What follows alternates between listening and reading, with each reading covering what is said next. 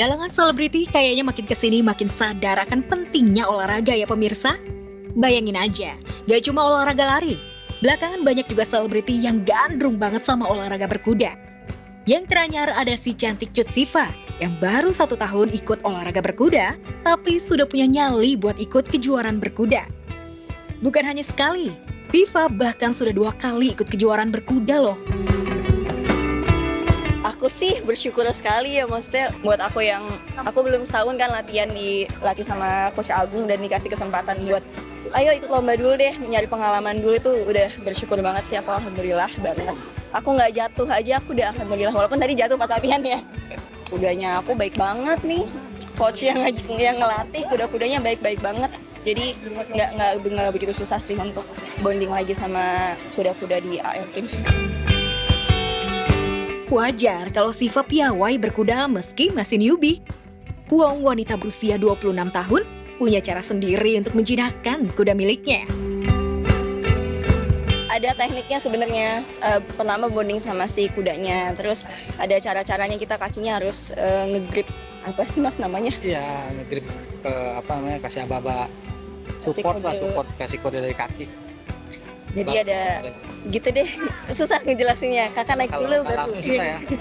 Kalau nggak naik langsung susah. Iya, ngejelasinnya ada caranya sendiri supaya kudanya menurut sama ridernya. Tapi kalau aku shortcut, kita kasih apel. Si Wings baik banget soalnya kalau dikasih apel dia langsung kayak nurut gitu. Bener-bener baik banget. Selain Cut Siva, ada juga sederet artis perempuan berhijab seperti Siren dan Saskia Sungkar, Ria Ricis hingga putri sulung Irfan Hakim Aisyah yang sudah duluan menekuni olahraga berkuda. Masing-masing dari mereka bahkan sudah sering mengikuti berbagai perlombaan berkuda dan berhasil jadi juaranya. Aisyah salah satunya, remaja berusia 16 tahun itu pernah meraih medali emas dalam ajang PON 2024 untuk kategori olahraga berkuda. Kini Aisyah pun berencana pergi ke Eropa untuk membeli kuda baru dan lomba berkuda di sana. Emang mau nyari kuda, jadi berkuda juga. Jadi aku dalam sebulan itu aku bakal naik kuda tiap hari, naik buat lomba-lomba di sana juga, sama insya Allah kalau dapat yang oke mau beli kuda dari luar. Menariknya nggak cuma artis perempuan berhijab, hobi berkuda juga ternyata menular ke anak-anak selebriti seperti Jalu Hakim dan Adam Al-Fatih, anak lelaki Teguh Wisnu. Jalu malahan udah terkenal sebagai atlet cilik.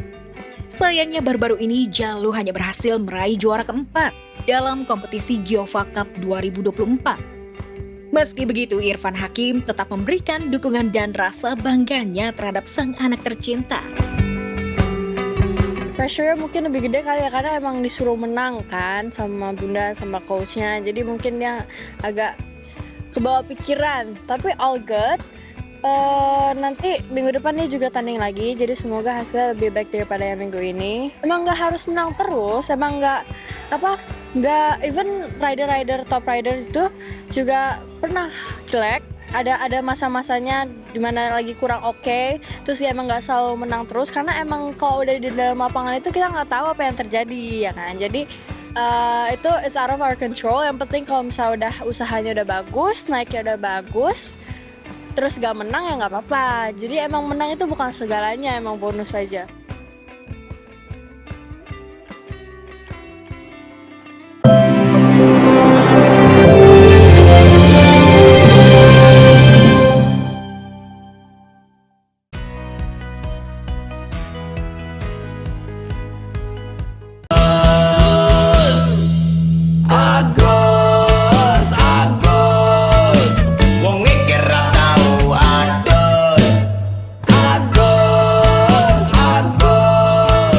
Menjelang pergantian tahun 2024 ke tahun 2025, jagat sosial media benar-benar dibikin heboh dengan kasus yang di dalamnya melibatkan nama Agus.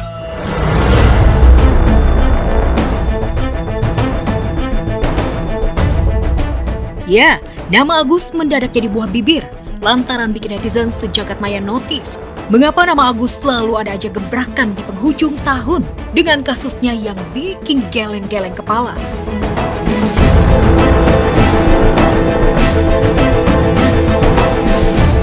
Kasus Agus Buntung misalnya, Mahasiswa asal Mataram, Nusa Tenggara Barat ini tega melakukan pelecehan seksual terhadap 13 perempuan dengan keterbatasan fisiknya yang tak mempunyai tangan.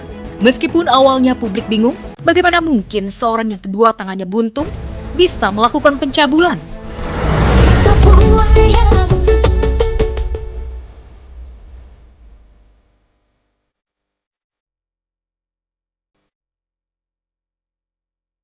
Namun setelah pihak kepolisian membuka kasus ini ke publik, ternyata tak hanya 13 wanita saja yang jadi korban pencabulan Agus Buntung, melainkan ada 15 orang. Tak hanya itu, aib Agus pun satu persatu terbongkar. Hingga muncul di media sosial saat Agus kepergok sedang merayu mangsanya. Gus, kata-kata buat yang kemarin ninggalin kamu. Oke wih, fisik bisa dirubah, materi bisa dicari, tapi yang tulus tidak datang 2 kali. Jak menyala wih, Agus nih bos, tamplek dong. Saya punya bawaan mantra di tas saya di sini.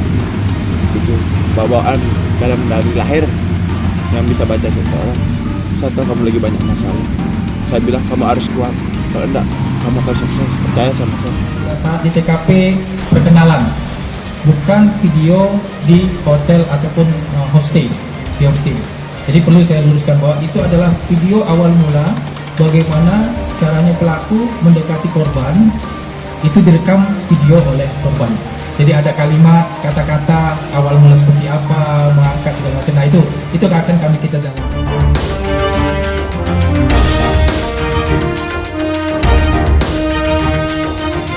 Pengen ketemu sama yang nuduh saya ini, sama yang cowok itu juga, kok udah tega kayak gini gitu. Sempat berkelit dari kasus pencabulan yang menjeratnya, kini Agus Buntung hanya bisa pasrah saat ditangkap polisi.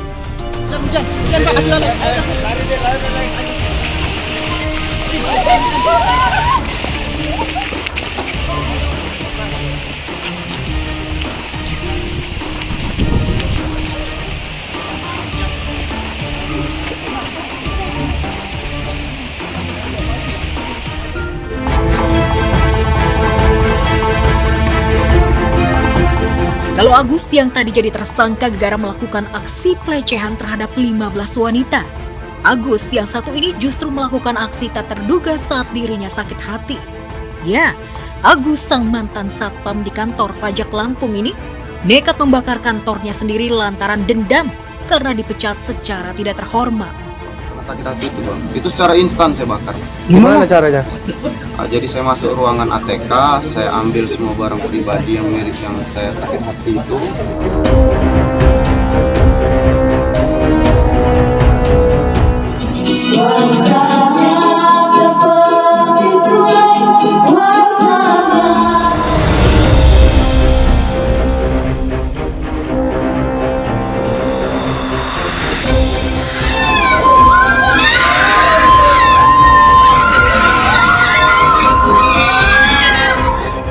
Rasa sakit hati Agus yang satu ini juga sempat bikin geger jagat maya lantaran dengan tega menikam istrinya sendiri yang sedang karaoke melalui live streaming Facebook hanya karena cemburu sang istri masih berhubungan dengan mantan suaminya. Pelaku merasa sakit hati dan cemburu, sakit hati sering dihina katanya.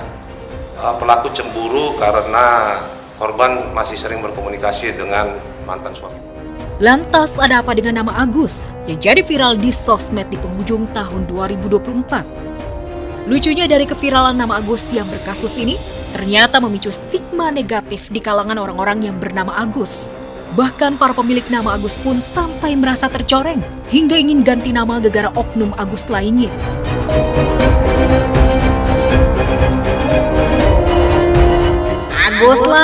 Agus lagi. Agus tikam istri, Agus buta, Agus buntung, Agus Miftah, sekarang Agus bakar.